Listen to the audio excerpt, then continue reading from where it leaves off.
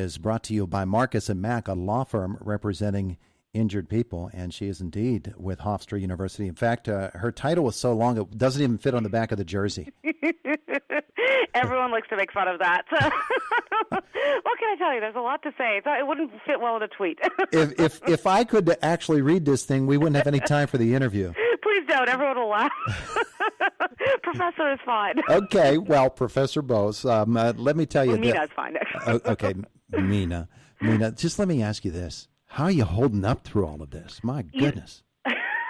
Well, I mean, it's been a long night. I stayed up to hear the president speak, which ended up being close to, I think, 2:30 in the morning. As we're waiting to see what happens in Pennsylvania, which is actually my home state, and then also North Carolina, Georgia, Wisconsin, Michigan, you throw Nevada and Maine into there, and I think we've got to give this we may have to give this a couple of days, and that is not traditionally how we're used to looking at election results. Though we have had many, right? 2000 comes to mind, of course, that went into December. And then even 2004, it wasn't called until the next morning when Senator Kerry conceded. Obviously, 2016 was pretty evident by the next morning. But we've had this before. We've never had this degree of voter turnout, absentee ballots, the vote counting that is needed here. And so I guess I know this is a long answer, but I would say the blue wave hasn't materialized that was predicted yesterday morning in the White House or in either chamber of Congress. But there is clearly the vote counting appears at this point as though there is a pretty solid path for Biden. There is a path for the president to re-election, but it's fairly narrow. I think everybody knew this was going to go into overtime, simply because of the framework for this election. When it comes to the mail-in ballots, and there is a distinction between an absentee ballot and a mail-in ballot, maybe you can help us to understand that. But when it comes to those mail-in ballots, everybody seems to have done it differently. Has anybody gotten it right?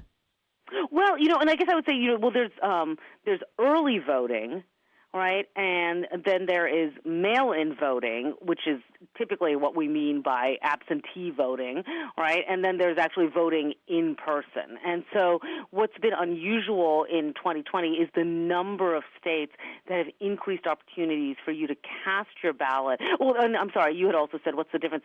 Some states have only mail-in voting. That's 5 in this election cycle. So in that case, it's not absentee voting.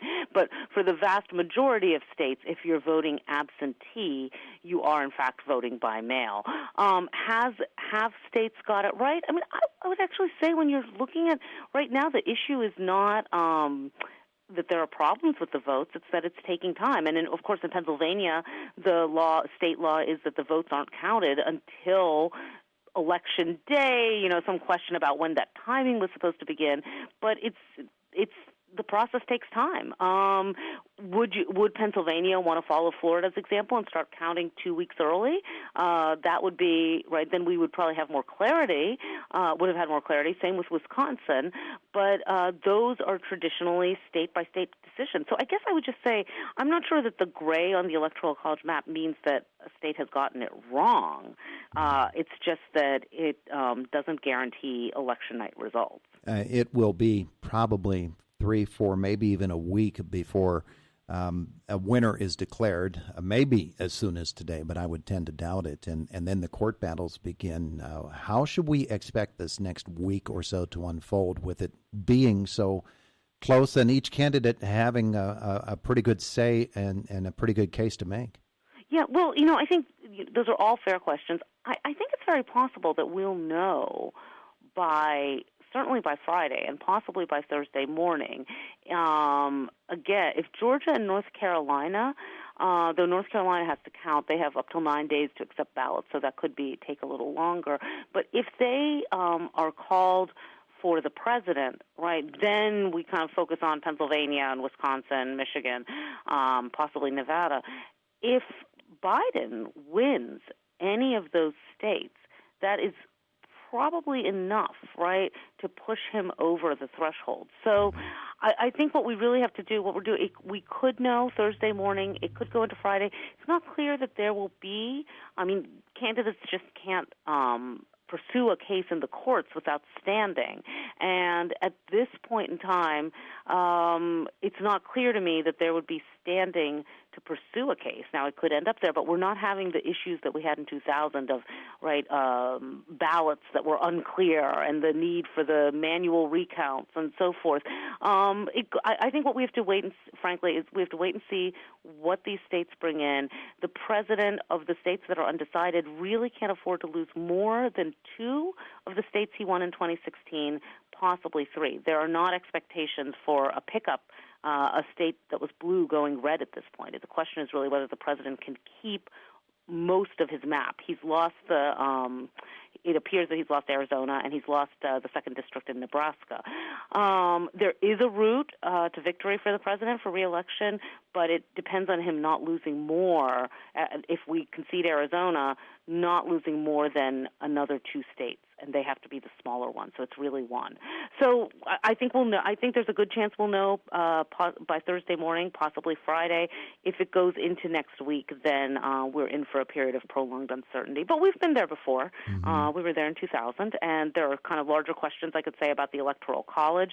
We haven't had a chance to talk about Senate control, party control of the Senate, which appears as though it's will stay with the Republican Party. Democrats have lost some seats in the House.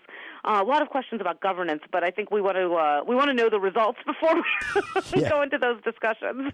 Well, among the many nameplates on your desk is director of the Peter S. Calico Center for the Study of the American Presidency at Hofstra University. So you've got the footing here that you can give us a bit of a history lesson. Contested races, some very, very tight, some not so much, down through history. If we go back 100 years or so, and the way that presidential elections were held then was much, much different, obviously. But right. What are some of those historically close races that were decided by the slimmest of margins?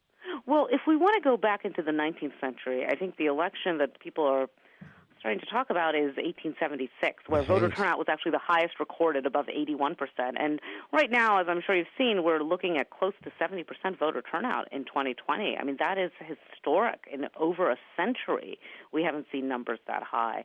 In 1876, however, there were contested electoral college returns in Florida, Louisiana, and South Carolina.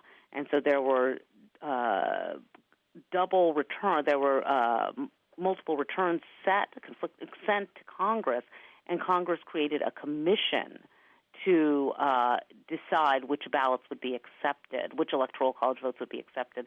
And that commission ultimately made a decision by a 1-vote majority, deciding the candidacy in favor of Rutherford B. Hayes, the Republican candidate who had not won the popular vote. Samuel Tilden, governor of New York, had. So if this election, if there are disputed electoral college returns, then that history shows that process can be fairly complex. It was days before the inauguration, as recall, in 1877, that the disputed ballots were decided.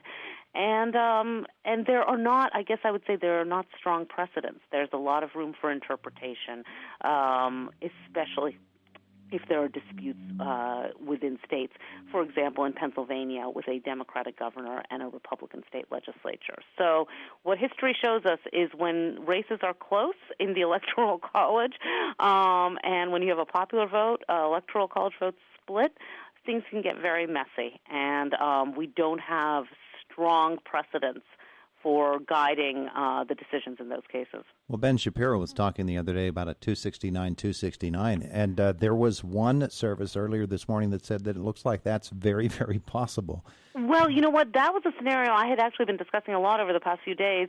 That was predicated on President Trump winning Nebraska outright. But now that Biden has won the 2nd district, It doesn't look, that is probably the one scenario that seems unlikely now is the 269 to 269 split, because that really, it seems as though, it looks as though one candidate is going to win outright. And so it's not a question of the election going to the House of Representatives to vote by state delegation, but whether there are conflicting results in a couple of these battleground states.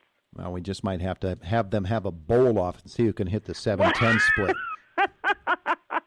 I don't think that's ever been done. There have been coin tosses for some races, never for the presidency. But I'm not sure that we want to. I don't think it will come to that quite yet. But it could be if the electoral college results are contested in a couple of the states. We could be in for a slightly longer period before there's a definitive result. She is Dr. Meena Bose, Hofstra University. What part of PA are you from? Well, I was born in Pittsburgh, actually. Grew up there and went to Penn State, and then moved eastward for graduate school and now for work. But very strong ties to Pennsylvania. And curious, I actually gave a Zoom talk at Juniata last week and enjoyed that very much. Oh, yeah. Hoping to get back there someday. Yeah, well, we'd welcome you here in Indiana. Of course, if you're from Pittsburgh, you know all about Indiana County. In fact, I knew when I looked at that, I said, oh, Indiana, PA. I know that's not in the Midwest. Dr. Meena Bose, thanks so much. Have a couple more cups of coffee and go back to work, will you? Figure this out for us. I'm trying. Thank you very much. Hope you're doing well. Have a great day today. You too. Thank you. Bye now. It is the voice of Indiana County, WCCS 101.1 FM, AM 1160. Meena can come back anytime.